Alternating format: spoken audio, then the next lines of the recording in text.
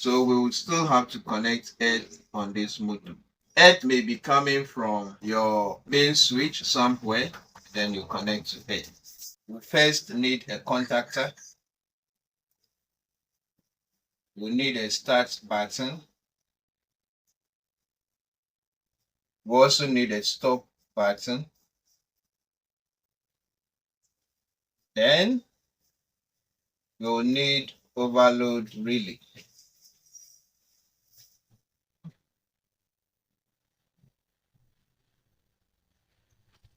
So basically, we'll need these components to wire the direct online starter. So first, the contactor. This is how the contactor looks like. We have bigger ones, okay? But the size you select depends on what size of motor you want to control. The next component is the start push button. This is the start push button. Normally colored green. If you look at the back, there are two terminals. These two terminals are normally open. Then we also have the stop push button. This is how the stop push button looks like. It also has two terminals. And these terminals must be normally closed. Then there is the overload relay. This is how the overload relay also looks like. Okay. So for now, you are going to get a contactor, a start push button, and then a stop push button. First, there must be an isolator or a switch. We are going to use a double pole switch like this. Okay, so the next component I will represent on the board is the contactor. This is the first terminal we saw. This is the second one. This is the third one. This is the fourth one. And below it, we have another 1, 2, 3, 4. Internally, there is a metal strip that closes this terminal and this one when the contactor operates. Okay, so I'm going to represent those strips. Those strips, you don't see them, they are inside the contactor, but I will still show them here. This is the second one. This is the third one. This is the fourth one. So here we have L1, L2, L3. Then below it, we have T1, T2, and then T3. Okay? Then the extra normally opened contact, I said, it's usually labeled 13 and then 14. You get it? So we have L1, T1, L2, T2, L3, T3, 13, and 14. Good. Now, there is one thing also on the contactor that helps the contactor to close or open, and that is the relay. We usually call it contactor coil. So I'm going to represent that also with a winding like this. And the contactor coil also has a labeling A1 and then A2. So now we are able to represent the contactor like this in the drawing. This is the isolator. We are left with other components. Okay, so first let's talk about the stop push button. The stop push button, when I was explaining it to you, I said that it has two terminals. Actually, the positioning or the location of the start and stop button on the control circuit, it's at your own discretion. In what we are doing now, I will place the stop button first. So we have one terminal and then the second terminal. And if you buy a new stop button, usually if it's like the one I showed you earlier, then obviously there will be a labeling on it. Say 1, 2. This is normally closed. When you push this, then it opens. So this is our stop button. We also need a start button. As I said earlier, that also has two terminals. So we have 1 and then 2. The terminals on the start push button are usually labeled 3 and then 4. The start button, I said, is normally open. So it's like this. And this is start. So this is contactor. And this is 2-pole breaker. Okay. So the next thing will be our motor.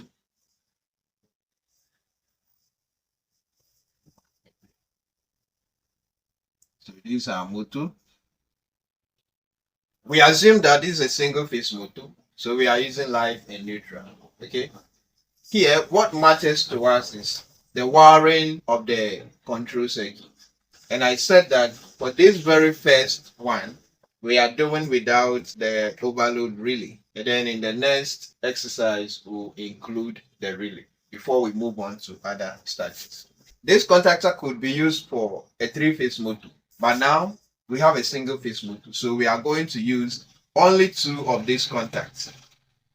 And then this 13 and 14 is always reserved for the control wiring. So let's use L1 and L2, which has an output to T1 and T2.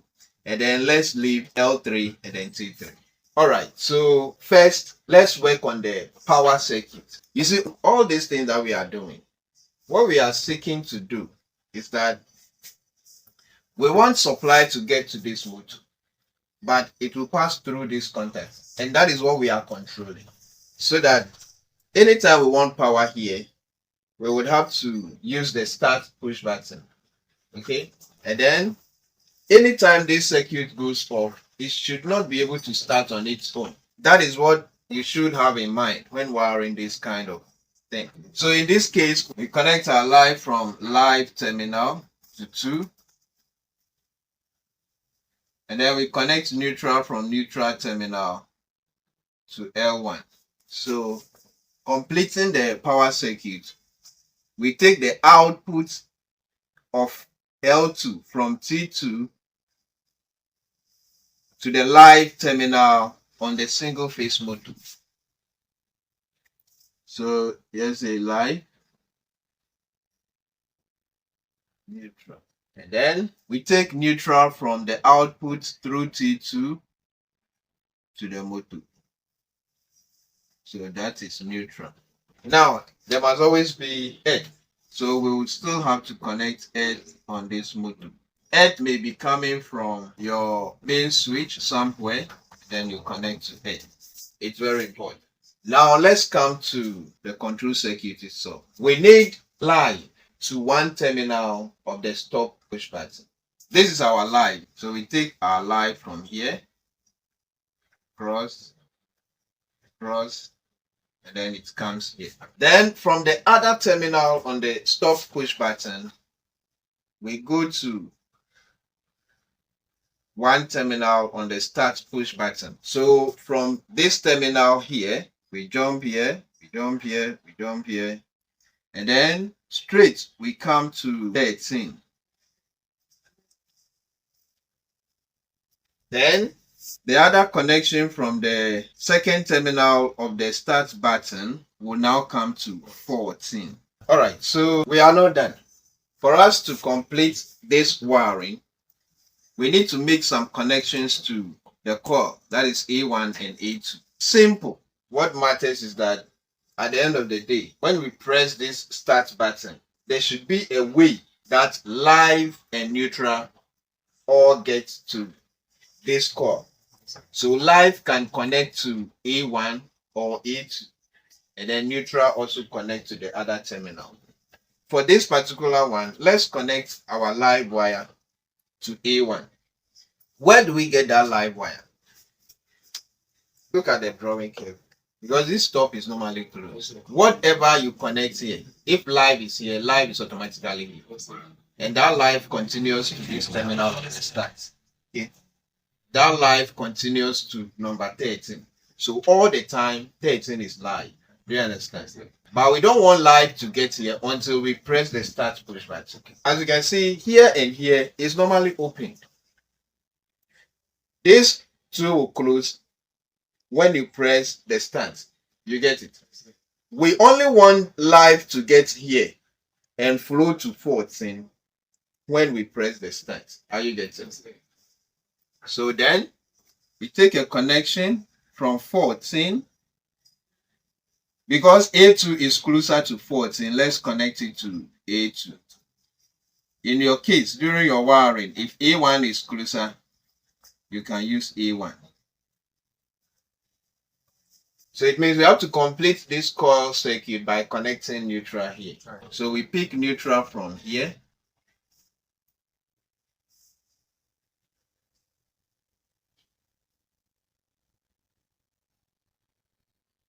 Okay.